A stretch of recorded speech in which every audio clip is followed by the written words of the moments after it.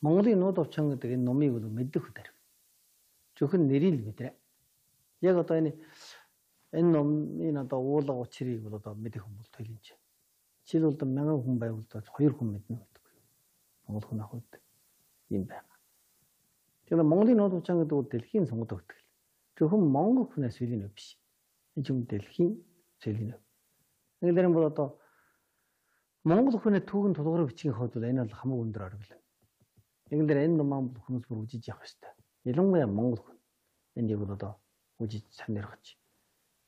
Одоо энэ агуу их үжил санааг юм бол бүр сайхан ойлгож мэдэрх хэрэгтэй.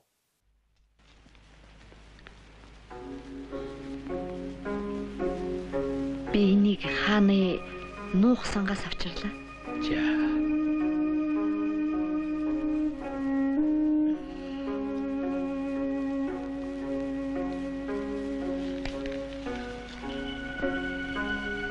Сатаага та энэ номыг хаанд уншиж тайлж өгөхгүй юу? Үг өсөг эртний утга гүн болохоор хаан ухаж мэдэхгүй гэж болзошгүй. Энэ юутай гайхамшигтай учрал бай. Өчүүхэн сайд би их хувьтай хүн юм да. Та юунд ингэтэл баярлаа? Баярлалгүй яах вэ? Их товчон хэмээхэн шаштрал бол манай Монголын эрт урдын түүхийг өгүүлсэн үлэмжийн эрхэм чухаг бичиг. Монголын алтан ургийнхан луншихаас өөр хэн ч уншиж болохгүй зарлиг цаастай шаштар. Та энэ төр зүтгэсэн гавьяд сайд. Та исүүшүүл өөр хэм унших. Гэмгүй та уншиж бол. Хатан саярх бол бид хоёр энэ номыг өдрийн сайныг сонгон байж биеэн ариутхан уншия.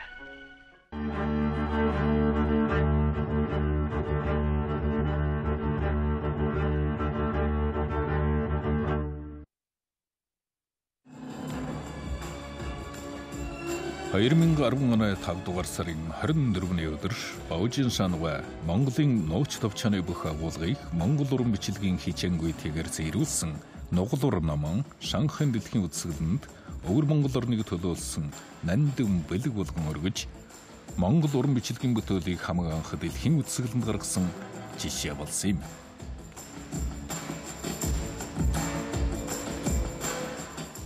Дэлхийд дахинд таниулах энэ зорилгоос үүдэн Монголын нууд овчоныг бичээд энэ бүтгэл амбулаг сайхан одоо өр Монголын одоо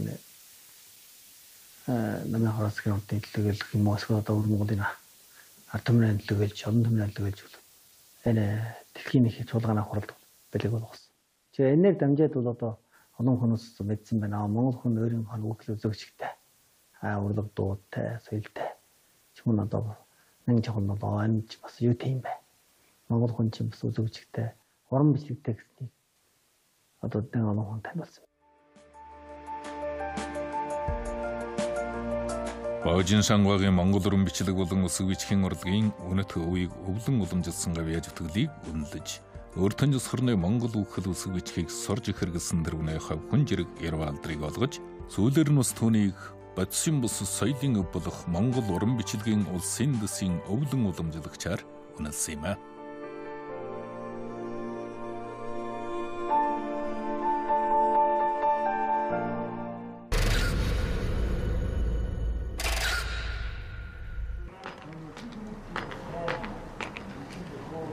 Баужин шанвагийн чармайлгаар өвөр Монголын монгол уран бичлэгийн музейг отхын өмнөд хошуунд байгуулсан бол тэр жалгаад бас Монголын нууц товчооны музейг отох хошууны улаан болгосон дээр байгуулсан юм. Энэ хүслэн биелүүлэхийн төлөө тэрээр олон өдрийн бэлтгэлийг хийж, олон сөн нойргүй ханжаа. Одоо зарим хүмүүсээс гайхаж Монголын нууц товчооны музей байгуулна. Монголын нууц товчооны музейг ном байгаа шүү дээ. Тэрний яг музей болох юм гэсэн. Энэ байдалтай. Энэ музейг байгуулахад бол жоохон ямар хэлээр байгуулах юм. Тэгвэл дотор нь юу тавих юм? Нэгдүгээр асуулт бол ийм асуулт. Эний жоохон ямар музейгаар болоод болох юм. Энэ одоо яаж байрлуул тавих юм. Хэдийгээр одоо нүдэн дүлжигдэж гард баригдахгүй бол энэ нь бас нэг миний үжил дээр бол одоо баг бутай ажлын дундаа энэ нэг нь бол хамгийн их хөвшилдэг хэлэх байна.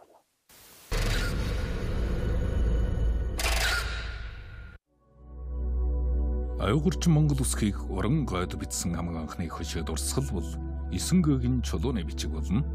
Чулуун дээр бичсэн бичиг 1000 жил болж чаасан дээр бичсэн бичиг 100 жил болдог гэдгээс Баожин сан санаа авч.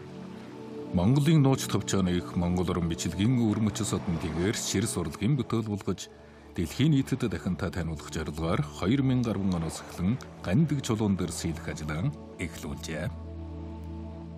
Монголын нууц төвчөөнийг одоо мөнхөд үлдээх чулуун дээр бичсэн бичиг бол одоо 1000 жил болох уу?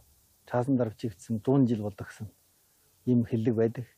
Инглиэрэн бол дан түүх соёлыг одоо уран бичлэгийн тэгээр бичээд ийм гандаг чулуундаар сийлээд ингэж одоо үлдээ гэсэн юм аа. Баожин сангаа Монголын нууц төвчөөний эхмэл ном санхын дэлхийн үзэсгэлэнд бүлгүүлгэн өрөх үеэр тус номыг гандаг чулуун дээр сийлж үлдэх гэсэн бодолтой болж энэ ажлаа харж ирмэгч эхлүүлжээ.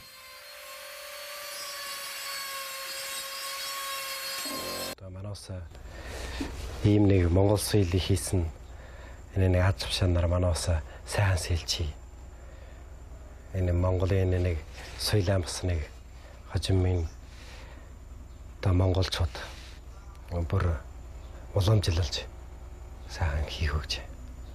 Энэний хэн бол хинэ бас сэлж амжих байж заавал монгол хүмүүс баймаа бичгийн онгшиж гарч ямаа. Тгийн онцлогийг мэдэж ямаа. Чөбөрөө юмс үжиж ямаа. Ихэнсээр бас цаана үрдчихсэн юм. Сүлсэр бүр боловсрцсан юм чинь. Цаана онцлогийг гаргаж чадаж байна. Монголын нууц төвчөөний музейн ерөнхий талбайн 6000 гаруй төгсдөрүүлж метр байж Баожин сан авган үсэн бирээр хуулж бичсэн Монголын нууц төвчөөний 13 шир сурлагын бүтээл болон жураг, хаадын хөрөг, Монголын нууц төвчөөний ховор чохог барах хөвлөл, ном дэвтэр жиргийг орон байрын олгон хурааж хадгалжээ.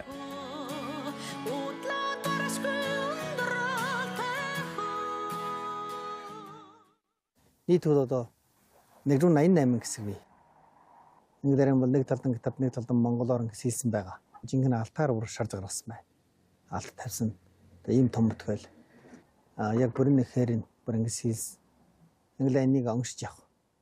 За энийг дээдлэхийн үүднээс бол энэ чулуундаар хийсэн бичиг бол амь насны их урт байдаг. За монгол соёл, Монголын нууц төвчөн энэ хөө агуу их бүтгэл маань одоо үеийн үед мөнгөрж явах болтугай.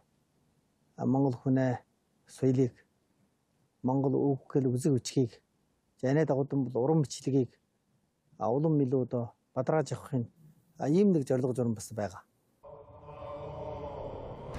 Монголын нууц төвчөөний музейн өмнө нууц төвчөөний бүх агуулгыг гандаг чулуун дээр сийлж босгон музейн үүдэн дээр хиймэр сүлдээ мандуулжээ. Музейд чухал учир болохоор үүдэн өмнөх хиймэр сүлдэнд сан тавьж эжин сан уншсны хаан сая музейд орж болохоор тохируулсан байна.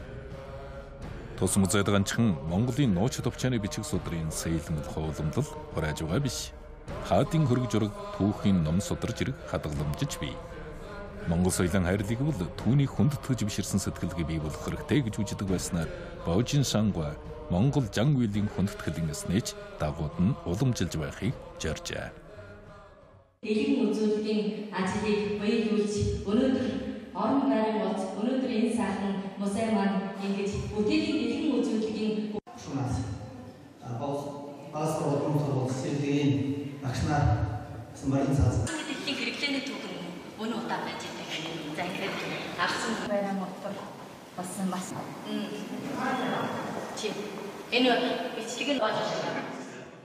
За энэ бол одоо миний бичсэн Монголын нууц төвчөн. Монгол үндэстний одоо бичингүй тэгээр бичсэн Монголын нууц төвчөн. Монголын нууц төвчөнийг би одоо өмнөх хон бол одоо ингээд 3 удаа бичсэн юм аа. Одоо би усаа бичээд явж байна.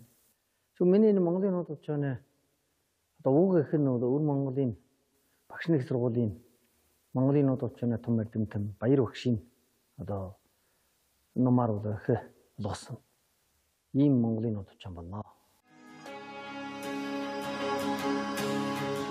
Монголын нууц товчон бол дэлхийн олон улсын улбат байгууллагын боловсрол шинжилгээ ухаан соёлын байгууллагын шийдвэрээр дамжаад Монгол үндэсний хамгийн анхны бичгийн зохиолын үлгэр байснаас дэлхийн сонгодог бүтээлээр бүртгүүлж дэлхийн соёлын эрдэнэсийн сандад данслуулсан анхны ном болсон юм.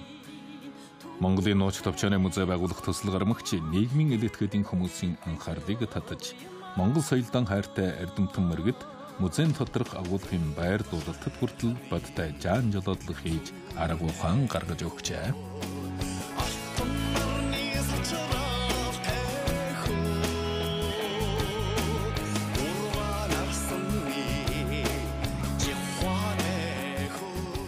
Өнгөрсөн дүүл зөвхөн эрдэмтдийн хүрээ хвчээ дотор Монголын нууц товчоон ингэж онгошогдод юм уу судлагдад байсан бол одоо бол хараа уран бичлэгийн урлагаар ирж энийг бол дэлхийн түмний хараанд тодорхойлж уюунаа тэжгээл энэ агуу их бүтээлэн бол нэн олон хүнд үзүүлэх сонирхуулах энэ судлах онших ийм нэг орчин тойрныг бол бүрлүүлсэн байна. Баажин сангаа Монголын нууц товчооныг урлан бичиж үнэтийн өв болгож үлдэхийн төлөө урд хожид 10 гаруй жилийн цаг хугацаа хэрэгсэн төрөл садан найз нөхөд болон банкын зээллэгтэй нийт 1800 гаруй түмэн төгрөг болон мөнгө чуглуулан бүгдийг Монголын нууц товчооны уран бичлэгийн ширс бүтээгдэхүүн хийхэд зарчуулсан байна. Тэрээр жоо 80 хэдэн хэсэг үхрийн арсан дээр нууц товчооны бүх агуулгыг хичээнгүйтэйгээр сэрүүлэн гаргаж Гиннесийн тэмдэглэлд бүртгүүлжээ. Энэний дараагаар тэр Монголын нууц товчооны бүх агуулгыг гандаг чулуун дээр хятад монгол хэлээр сэрүүлэн дараагаар нь торгон дээр, ясан дээр, модон дээр, шаажин савн дээр урлан бичиж 13 төрлийн ширс урлагийн бүтээгдэхүүн болгож уйлдаж гаргажээ.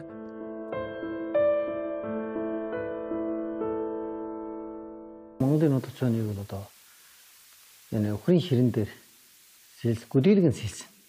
Гүдийн ширэн дээр бол одоо сэлсэн. Энэ сэлүүр нь бол одоо гүдийлгэн сэлсэн. Одоо Монголын нууц товчоо. Тэр мөртөө бол энийг бол жинхэнэ алтаар ингэж одоо ширдэж хийсэн бүтгэл. Мөн ч одоо Монголын нууц товчооны бүхэл угуулгаар энэ бол Доминик Жингүтэйгээр бичсэн бүтгэл. Дундад улсын Монголын нууц товчооны музей отоо хошоонд байгуулагдсаны дараа Баажин шангаа эдгээр бүтээлэн 3000 төгрөг төгрөгөөр үнэлэн бодож музейдан хандвалжээ. 13 ширс бүтээл дотроос 7 ширс бүтээл нь улсын оюуны өмчлөлийн эрхийг олж тусгай эрхийн эсхийг хүртсэн байна.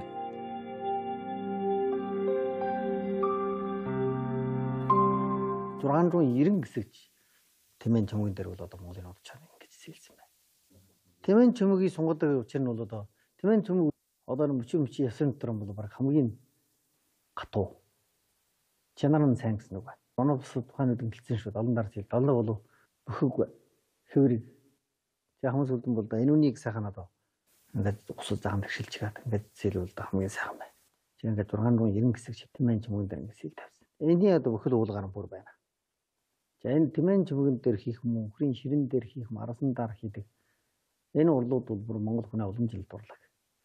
Ингээд энэ бол одоо энэ уламжлалт урлагаар ингэж битээсэн юм учиртай байх юм.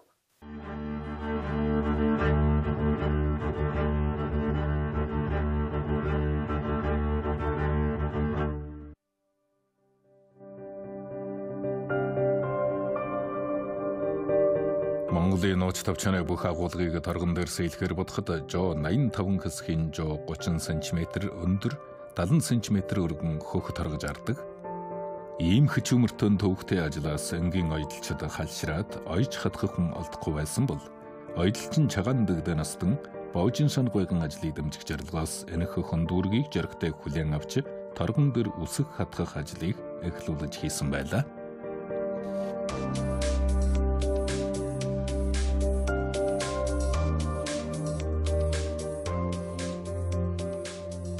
Би гацаараа өнөө туулахгүй шүү дээ. Тийм ариун номыг би яаж авах. Чи одоо манай хөргөлцөөж байгаа одоо сүлд одоо зэтгүүний одоо чи нүний хүний зохион байгуул. Чи хүний зохион байгуул. Чи би одоо нүний зохион байгуулсан. Энэ үсэг оёход бол одоо оёх хүнээс давж ихэл бол одоо ариун учир байна. Үсгийн одоо нэг хэдэн хүн одоо юу сээлж гаргасан модундаар тавьчихраа нэг үсгээр сээлээд эргээсээ хин наага нэг наахад одоо маань хоёр мөрөөс илүү наад дийлэхгүй. Хоёр мөрөөс илүү наацаар одоо энэ хуураа авдаггүй. Чиглэн одоо энэ зэрэнгэт умалчад одоо өдөрт одоо маань эгэлжээр ирэхэд сараар одоо маань энэ нэг хоёр мөрөөсөг ойж тэр нэг хоёр мөрөөсөг яа. Тэгэхээр энэ дунд одоо ойч такхай үсэг яа байна одоо. Тэг хуар гатхмол тай адилг байна уу. Хуар одоо би нэг энэ нэг навчиргаа оёход туруул одоо би жахан дийхуя би нүний засаж гав өөр маягаар ойчно. Үзэг бол энэ уран бичлэг гэдэг юм бол бичиг бол заавал одоо онгоцлогын ёсоор байна. Чиглэн одоо бүтэн чимнэг бүтээл болгож ингээ гарч ирэхэд бол одоо маш арга бичиг байна.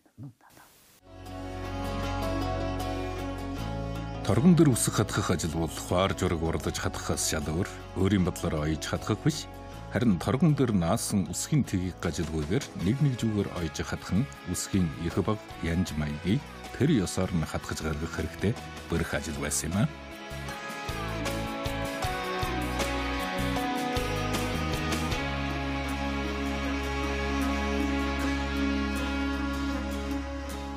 Монголын нод очооныг торгондоор гатгсан бүтгэл байгаа.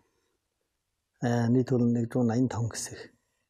Энийг бол одоо манай отго гушуунаа отгийн өмнөх гушуу, өвшин гушуу, ханган гушуунаа 72 бүсгийчүүд жилгэртийн хучгаа гэж зарчуулж нэг зүүгээр ингэж гатгсан бүтгэл юм аа.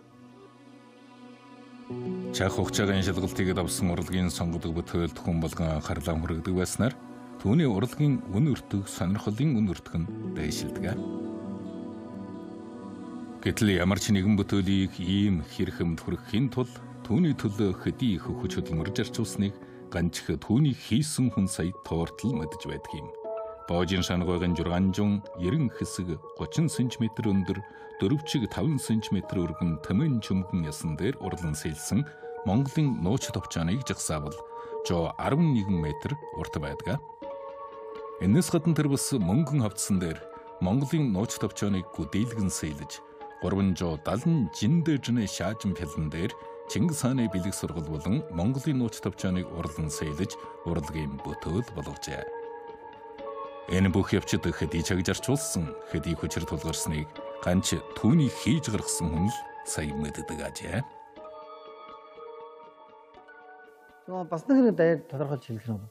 Энэ жишээлбэл Нанжин готын музей байна. Энэ музей нэ одоо хамгийн өмнөд ховор нандин төрөн байранд байрлалд төвөнд дурсгалж ирсэн бол яг Вен улсын үеийн шалгамж таам. Англиэр бол одоо Вен улсын энэ шалгамж таам бол одоо ийм их үнэт өртөгтэй гэдгийг бол одоо даяар бүр мэдэж байна. Эргээд бол яг Монгол хүнээ төр барьж явах тэр үеэс одоо хийсэн. Ийм нэг үйлсгч хэлбэл болно. Ингээл энэ суран дээр бол одоо бид Монголын нууд очооныг бол одоо дэлхийн цогцол өгөх учраас энэ шалгамж таамлаар хийсэн.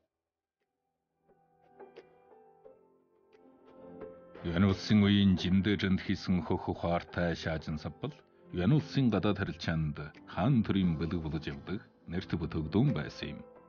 Боожийн шанагой эртний энэх уламжлалын мөрдөн жиндээжнээс шаажин сав хийх үйлдвэртэй харилцан 66 шаажин тулгуур дээр Монголын нууц товчооны бүх агуулгыг сэрүүлж гаргажээ.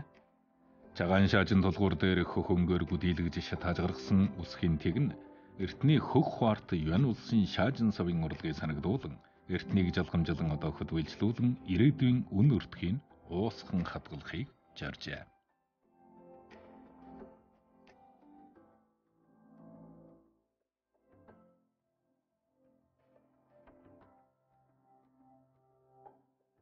За энэ бол одоо Монголын нууд очооныг одоо бүхэхээр нь одоо шалгамдаар штаасан гүдгэр сэлмэл ийм одоо гөхөн өнгөтэй цагаан одоо ийм сууртай ийм шалгамж таамал нөхөн өнгөтэй нэг хэтэ ийм одоо шалгамж таамал бол тэгэхээр бол төрийн хоор байдаг. Ингээд бол энэ тулгуур бол нийт 66 тулгуур. Чингис хаан 66-наас хүрээд Тэнгэрт халсан учраас энэ богдыг нь бид бол дурсахын төлөө ингээд бол одоо энэ 66 одоо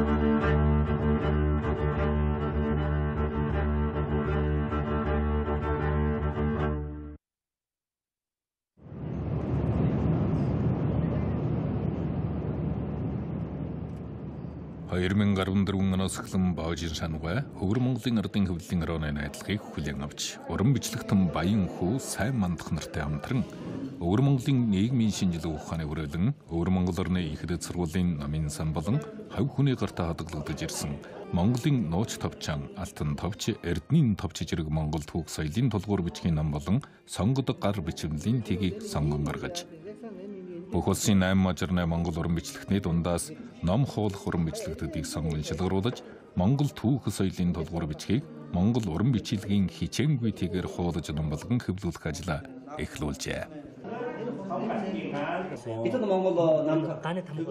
Тулгуур бичиг гэдэг нь одоо энэ яг хамаан анхны энэ нэг санаа гэдэг юм уу даны бодол энэ үйл ажиллагааг зохион байгуулсан хүн Өвөр Монголын ардын хэвлэх хараа. Тэгвэл яхад энэ Монгол хүн хойд бол гар бичлэгийн уламжил байна. Жишээлбэл манай хамгийн одоо сайн мэддэг гар бичмээр хамгийн албан уламжлуулж авсан бол жишээлбэл юу вэ? Энэ хөстөр. Энэ гар бичмийн энэ Монгол соёлын бол нэг хамгийн сайхан уламжил байсан. Энэ нь одоо гэгдсэн. Одоо цаг үеийн шаардлага хөгжилтээс бол энэ нь одоо гэгдээ.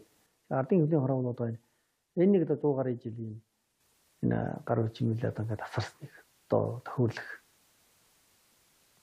энэ нэг зорилго бас нэг нь бол уран бичлэг юм олон хүн бичих. Энийг одоо улам цагаан дэлгэрүүлэх ийм үүднээс ардын хөвлийн хороо байна ажил хийсэн байна. Монгол түүх соёлын тулгуур бичгийг хуулан бичих хүнийг бүх улсын 8 мажирны Монгол уран бичлэгтэдийн дундаас шалгаруулах болсон нь Монгол уран бичлэгтдийг урамшуулан шинэ хүнийг илрүүлэх ажтай тохиолдсон байлаа.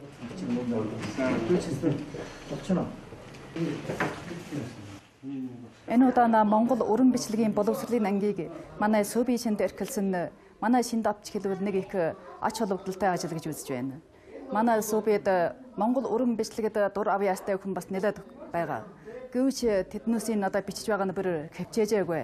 Энэ удаа боловсролын ангаар дамжиж тэднүүсийн одоо энэ бичих арга маяг мэргэжлийн талаар бас нэлээд дээгшилсэн гэж үзэж байна. Бүх улсын 8 мажирны Монгол уран бичлэгтдийн дундаас Монгол түүх соёлын тулгуур бичгийг уран бичлэгээр хуулах хүмүүсээ сонгож гаргасны хойно төвлөрүүлэн боловсруулж жинхэнэ ажлан эхлүүлэх замыг шууджээ.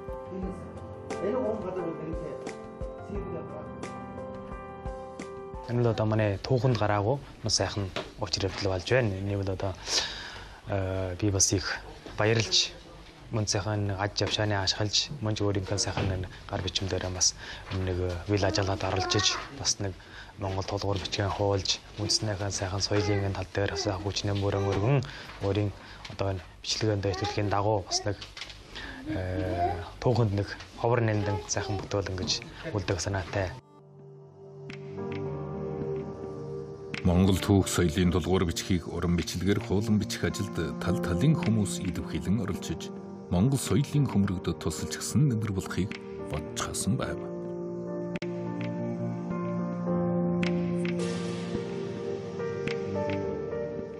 Бүх орны хөвчөнд явсан энэ байдлаас үжвэл манай Монгол уран бичлэг бол шин түүхэн чад үед шин хөгжилтэй өрнөн хөгжиж байна гэсний ойлгомжтой. Онцгой нь нөлөө хөдөн гажрын сургууль 6 намжлын баг сургуулаар өгсөн мөн ül сургууль нөхцөр бол уран бичлэгийн ажлыг ягөр өрнөж уран бичлэгийг бол атгаж байгаа юм шин өрнөлтийн байдал бой болжээ. Манай удааны тулгуур бичгийн бичлэгээний ажил бол манай Монгол түүхэн дотор орчмын 200 жилийн дотор гараагүй их одоогийн чиглэсэн их бичлэгийн их урлагийн ажиллагаа гэж би таньж байна.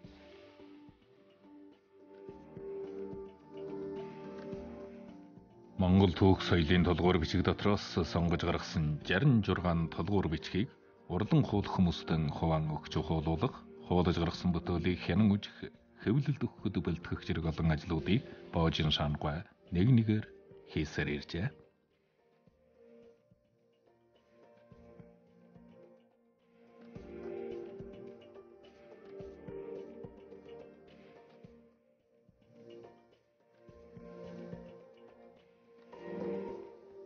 эхэлж хийхийн донд бол одоо нэг бичгийг үжигснээ дараа өнөөрөө маш хүмсий сочон их бүтэл болсон. Тэгээд энэ 9 эг бичиг бол тоо хэмжээ, гуудасны хэмжээ бол маш их.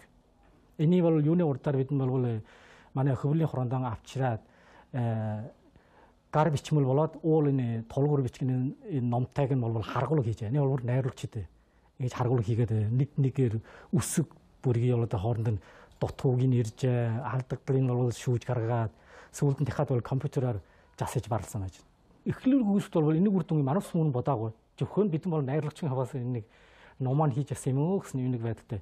Гэвч ном хийхин донд харин түүхэн ирсэн энийг сайхан ололттой болж санагджээ.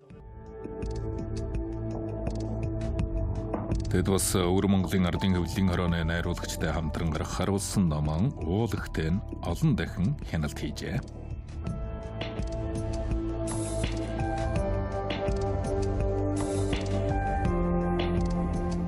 Түүхэн тулгуурчээр нь голуулаад цаашаа нь хэлвчгийн ухаан, үсгчгийн одоо үхэн тухай чул эмнэлгийн тухай комитийн олон талын болгоодыг багтаасан. Бас сүүдийн миссийн хүүхдийн сурхавчгийн зүйлээс багтаад орсон. Тэгэхээр бол үндсэн бүтэцийн хувьд бол манай монголчуудын тулгуурчгийн эл төрөл зүйлүүдийг бараг аль алинаас нь бүр дэмий осолдол оруулсан гэж өөртөө бол тэгж бодож байгаа юм. Түүхэн толгуурчгоо сарвалжчдыг өнөөдөр ийм олон уран бичлэгт буюулсан цаг үед эднэр нь очиж бичүүлж үлдээнэ гэдэг бидний хавьд ихээхэн бахархалтай сайхан ажил байлаа. Ингээ манай уран бичлэгт маань бас энэ ёстой үннээсэн хүлээж авч их сайхнаар өөрөө хариуцлага болгож бичиж байгаа тэр өөхтөн хариуцна. Соролцгийн өгөөсөг бүхий юмд харуулчихна. Иргэд өөрийнх нь бичиж байгаа урлагдан харуулчихна. Хожим үеийн үлдээж өгөх бичлэгийн хан дээр дөрмжил бүхий юмд харуулчих. Их харуултагтай сайхан ажилласан. Ингэхээр бол өөрийн эрх бас өнөөдрийн хувьд Монголчуудын хувьд өөрийнх нь өв соёл, өөрийнх нь хойч үеийн хандаж ажиллаж байгаа энэ нэг сайхан сэтгэлийг харахад өөрийн эрх баярхаж, бахархаж тогтол сууцгаа да. Монгол уран бичлэгийн хичээнгүй тэгээр хуулан бичсэн Монгол түүх соёлын тулгуур бичгийн номын янж гарах бүр оролцсон улсаас эхлэн найруулагч нар хүртэл баярлалдаж хамаг сүүлийн хяналтыг бас нэг удаа хүч тавин хийсэн байлаа. Монгол уран бичгийн одоо энэ уран бичлэгтэн гар бичмэрийн ном болгож хөвлөсөн бол манай Өвөр Монголын ардын хөвлөөрийн түүхэн дээр бол маш их чарвагтал яаж байна. Уран бол уран бичлэгийн номыг бол ингэж их хөвчөөр хөвлөж өнгөрсөн түүх байхгүй. Одоо бол бид нь хөвлөлөн мөнгө хөрөлж өтэй юм нөхцөлийн үнсэлж бол бид нь гар бичвэрийг бол бид нь Монгол уран бичлэгтэй уялдуулж уран бичлэгийн талаар ном болгож хөвлөж ажил хийж болсон юм. Тэгээд дөрөвний ном хөвлөснөөс зураар Өвөр Монголын намаар оны аврагын тэтэн дарга байсан улаан нуур бол манай ажил бол их үнэлж сайшаасан байна.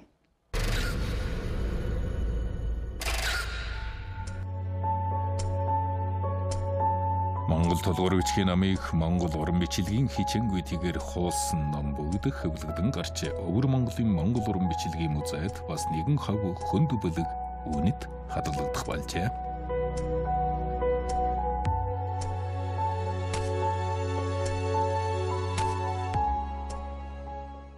Цаг 8 орны 114 уран бичлэгтэн бичсэн одоо 66 тулгуур бичгийн 110 бүтэн ном.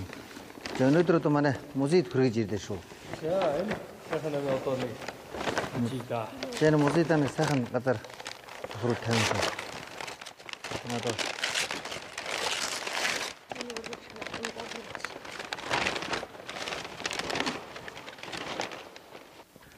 за ингэж нэ шүү. Йоо. Нэг би тэгэр сэрүүлсэн. Энэ алтан төвч энэ хүн бүгд ардаар нь байна. Энэ танилцуулга нь охой. За энэ бол алтан сан. Энэ юу Өвөр Монголын Тунгалын хотын энэ Монгол уран бичлэгийн нийгэмлэгийн тэргүүлэгч. Яг тэр хуучин энэ номын стар хийсэн байна. Энэний бол дотор нь бүр өдөрт ингэж хийсэн. За энэ гадар нь болцгоо ийм юу оруулсан. Ингээд Монгол ном дотор бол энэ хамгийн сайхан тансаг ном болжээ. Өвөр Монголын Монгол уран бичлэгийн музейд Монгол түүх соёлын тулгуур бичгийг уран бичлэгээр хуулан бичсэн 10 бот номын уул хийж хичээнгүйлэн хадгалав. Түүнд монголчуудын үсэг бичхэн хүндэтгэж өөр үндэсний хэлээс өөрийн үндэснийхээ хэлэн дээр гүн ухаан, бурхан шашин болон утга зохиол байгалийн шинжлэх ухааны сонгодог бүтээлүүдийг сонгон орчуулж, урдж хуулан, барлан хэвлдэг байсан уламжлалын тасарсан хэсгийг нөхөж байх ухааныг агуулan багтаажээ.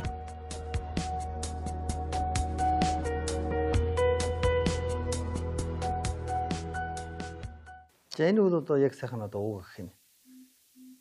Одоо энэ бол одоо 14 оноос эхэлж хийсэн энэ ажлыг бол ингээд одоо 4 жилийн хугацаатайгаар одоо энэ номыг хийж үтээсэн. Яг нь одоо энэ номыг бүр сайхан жинхэнэ хийсэн. За энэ нь бол одоо бүр одоо хэлж гаргасан ном. Нийт бол одоо 110 бат 114 хүн. Одоо бүтгэлүүдийг ийм сайхан хийсэн байна. Тэгээ одоо хийсэн номын хувьд одоо бараг одоогийн хэлэгдсэн монгол номын одоо хамгийн сайхан хийсэн. Одоо зураг төлөвлөгөөний хувьд ч болно, цаасны чанарчил болно. Одоо хасны гоёллог гэм үү.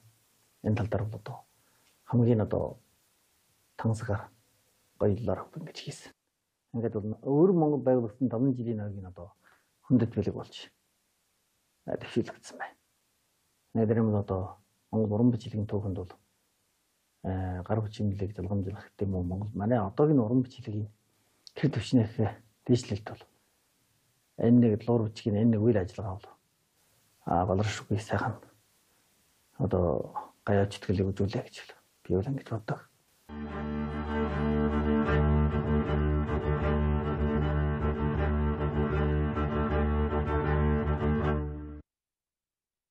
Сайн байцгаана уу? Монгол уран бичлэгийн дурх хөтлөлд Монгол уран бичлэгийг сургаж байгаа нөхөдөө өнөөдөр би пагвар толгой болоод сэнжиж хэлгийг дайр данцаан тайлбарлаж пагвар толгой. Пагвар толгой. Түн пагвар толгой бичих хэний явж байдаг.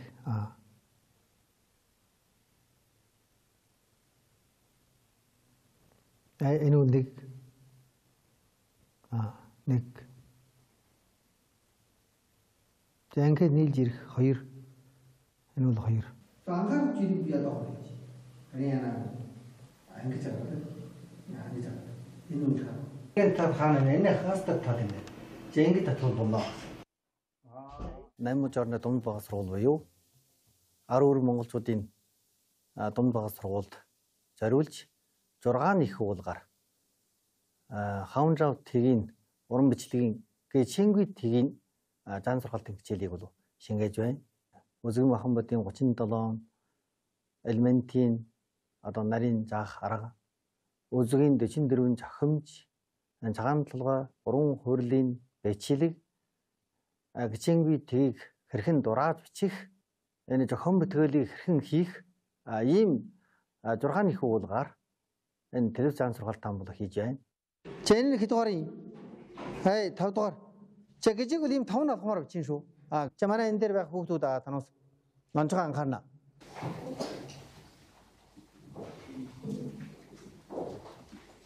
За гэжиг бичин ийм хэлбэртэй гэжиг бол таарж байна шүү. За гэжиг бол энэ 14 дугаар зурмын багал өнгөрөн шүү. Бага өнгөрнө. Би одоо уртын уран бичлэг оруулахаас үрхий дуртай авсан. Нэлээ удаан бичсэн. Гэвч дээшилд удаан. Тэгээд одоо боог шиндор одоо 4 жил ёсоор уран бичлэгийн энэ үндсэн мэлгийхээ сурсан байна. Манай сургаалд яна ийм нэг сайхан Монгол уран бичлэгийг оролдож хийх Монгол уран бичлэгийн сайхан бичгээ энэ уур амьсганы бохир сургаалын хүрээнд буй болгосон байна. Нэг нэг телес хичээлээр ирсэнэ дараагаар багшч болог сурагчч болог сурахад тун дөгөн болсон мөртэн сурчаа эзэмшиг энэ нэг шадавар яна илэрхий дээшилсэн.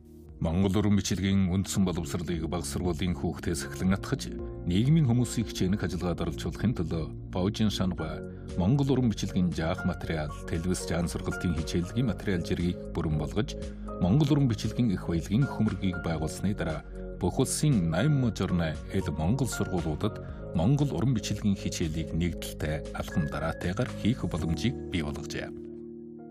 Энэ Монгол уран бичлэгийг манай өвөр Монголын урд онцлогоор 2015 онд энэ улсын дэсийн энэ Монгол уран битлэгийн бодис бус соёлын өвд оруулсан юм.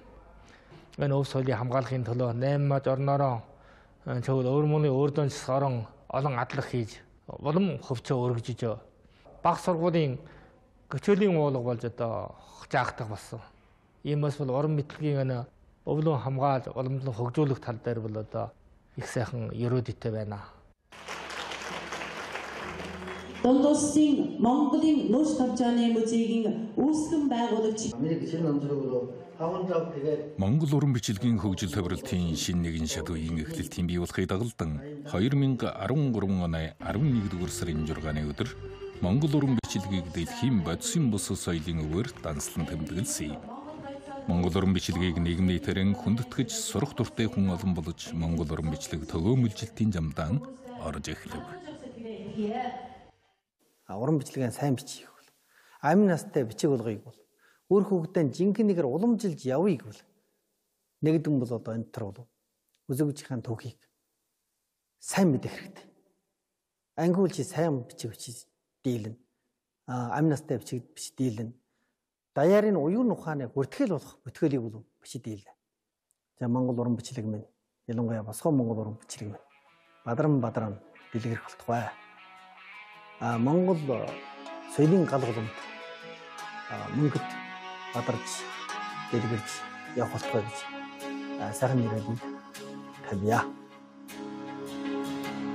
Чин жирэгт өвгдийн маань үлдээсэн өвийг хөрөнгө чигнэ сонсуртай аялга сайхан монгол хэлээрээ төшиг болгож бэлгүн их номч бэмбэнгэрэнчин насан туршдан монгол соёлын төлөө маахран зүтгэж монгол хэл түүх соёлын далай баян өв хөрөнгийг монгол туурхтандаа үлдээж өгсөн юм.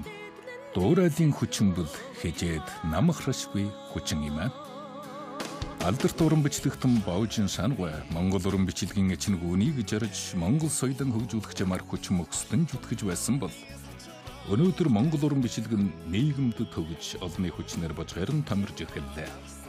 Босоо Монгол уран бичлэг бол буурал түүх соёлын маань онгон дэлн хиймэр сүлдэн юм аа. Тэгэхээр энэ тэр нь хежээд босоогоор байх учир